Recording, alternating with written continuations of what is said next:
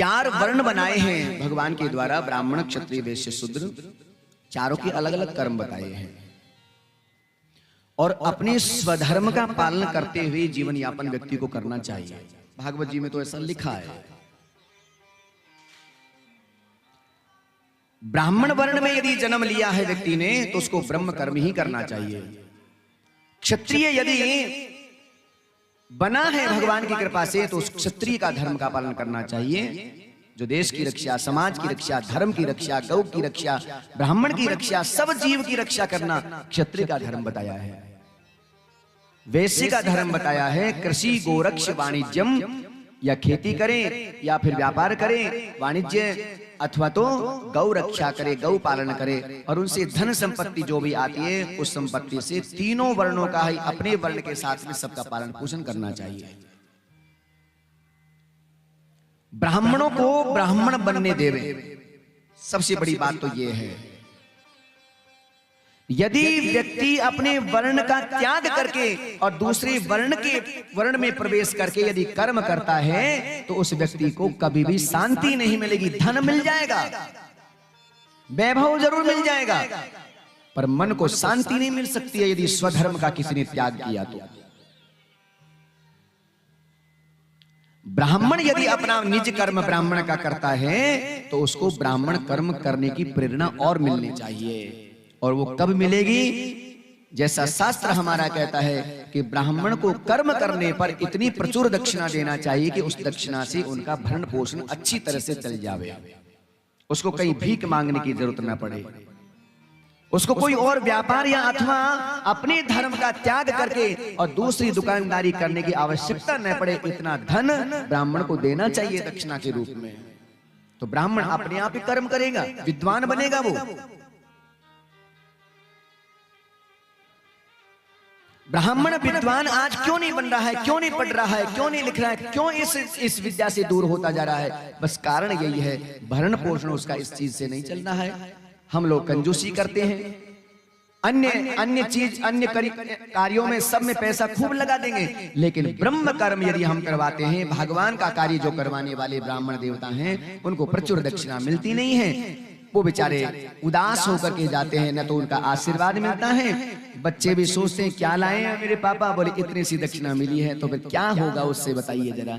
इसीलिए यदि भगवान ने कृपा पूर्वक हमको धन दिया है तो नित्य प्रति धर्म कर्म करवाओ, ब्राह्मणों को बार बार बुलाओ, चाहे भोजन के निमित्त ही ब्राह्मण को बुला करके दक्षिणा दो, पर उनको देते रहना चाहिए। ये हमारा स्वधर्म है। और यदि ऐसा नहीं करेंगे ना तो फिर ब्राह्मण देखने को नहीं मिलेगा। ब्राह्मण यदि मिलेगा तो नौटंकी वाला मिलेगा, फिर नाटक करने वाला मिलेगा। आपके सामने आपकी पूजा यदि आ गई तो तुरंत कांच के सामने जाके खड़ा होगा, पहले तिलक छापा लगाएगा। वो उसको कोई मतलब नहीं तिलक छापे से, केवल मात्र दिखावा, केवल नाटक, केवल मात्र कि मैं ब्राह्मण बन के जाऊं, मुझे उसके बदले में धन मिलेगा। बस थोड़ा बहुत 11, 2100, 200, 500, 1000 दक्षिणा की लेने के चक्कर में उसको नाटक नौटंकी करना पड़ेगा। वो न तिलक का महत्व जानता है, न जनेऊ का महत्व जानता है, न धोती कुर्ती का महत्व जानता है, न दुपट्टे का महत्व जानता है, न शिखा सूत्र का वह धर्म जानता है। क्या उपयोग है इसका? कोई मतलब नहीं है। केवल मात्र मेरे दक्षिणा मिलेगी, इसलिए मुझे ये एक केवल वो रोल करने जा रहा हूं ब्राह्मण का। जैसे एक व्यक्ति रामलीला के मंच पर कोई राम बनने के लिए जा रहा, राम बन करके जा रहा है, कोई रावण बन करके जा रहा है, कोई कुंभकर्ण बन करके जा रहा है, तो बन करके जा रहा है नहीं वो।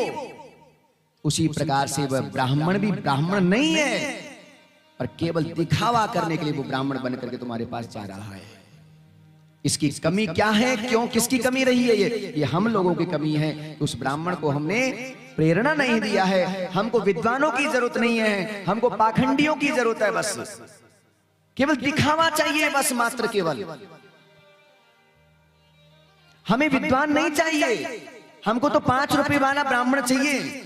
आ जावे तिलक छापा करके और फोटो खिंच जावे, बोले हाँ पंडित जी आए, इन्होंने पूजा करवाई है, बस हो गया काम। क्या बोल रहा है? गजाननम भूत गणादि सेवितम, शुद्ध श्लोक नहीं बोल सकता है और वो पूजा करवाए।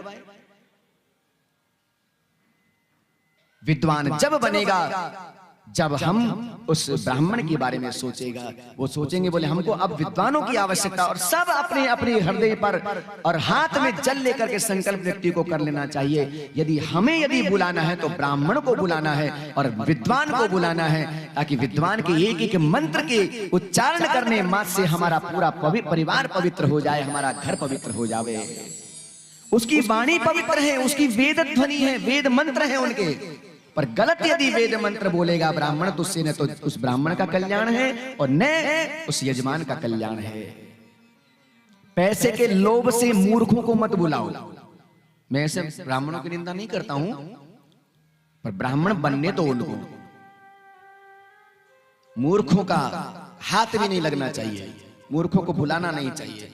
यदि 1 लाख रुपए का भी यदि विद्वान यदि मिल रहा है एक 5 मिनट का पूजन करने के लिए भी ना, तो वह उसके मंत्र हमारे लिए कल्याणकारी हो जाएंगे, जीवन भर कल्याण करता रहेगा वो ब्राह्मण। पैसा का महत्व नहीं होता है, वेद का मंत्र का उसका अधिकार है। महत्व उस वेद मंत्रों का है, उस विद्वता का है, जो रोज प्रतिदिन त्रिकाल संध्या करता है, तिलक से सुशोभित होता है, कंठी तुलसी माला पहन करके रहता है, पवित्र आचरण करता है। जिसके आचरण पवित्र नहीं हो सकता वो ब्राह्मण क्या तुमको वरदान देगा, क्या पूजा पाठ करवा सकता है जी? अस्तु, ज्यादा बोलना ठीक नहीं होता है, परंतु मैं ब्राह्मण भाइयों से भी निवेदन करता हूं कि ब्राह्मण है तो ब्राह्मण भगवान की कृपा से हम लोग बन गए, अथवा तो अपने निज कर्म जो पहले के जन्म में हमने बढ़िया अच्छे कर्म किए हैं उसके अनुसार उसकी कृपा के द्वारा हम ब्राह्मण यदि बने हैं, तो ब्राह्मणत्व को, ब्रह्मत्व की नष्ट मत करो, स्वधर्म का पालन करो। और फिर भी यदि धन यदि कम मिलता है ब्राह्मण को तो संतुष्ट रहना चाहिए, कोई बात नहीं, भगवान है हमारे तो। और ऐसे कर्मकांडी, ऐसे पवित्र ब्राह्मण के तो भगवान रक्षक है, वो कहीं न कहीं से व्यवस्था कर देंगे। आज तुम्हें 100 रुपये मिले हैं तो कल 500 मिलेंगे, आएगा वो, उसकी चिंता है फिर। पर हम यदि भगवान को नहीं मानेंगे, अदोक्षित परमात्मा की भक्ति नहीं करेंगे, हम निज कर्म में नहीं चलेंगे, तो भगवान भी हमारी रक्षा करने वाला नहीं। तुम जाओ, चाहे जूता जोड़ो, चाहे वो चाय बेचो, तुम फिर जाकर चाहे कुछ भी करो। तो हमारा वैश्य वर्ग जो है, जो धन से संपन्न व्यक्ति हैं, उस संपन्न व्यक्तियों से प्रार्थना है कि विद्वान ब्राह्मणों का खूब सम्मान करो, मेरे जैसे मूर्खों का नहीं, अच्छे विद्वानों का दर्शन होना चाहिए। और फिर शुद्रम सन्नति सोचम, चतुर्थ जो वर्ण है उनको पवित्रता के साथ रहना चाहिए और सबकी यथा योग्य सेवा करें। ऐसा स्वधर्म का पालन करने की बात बताई।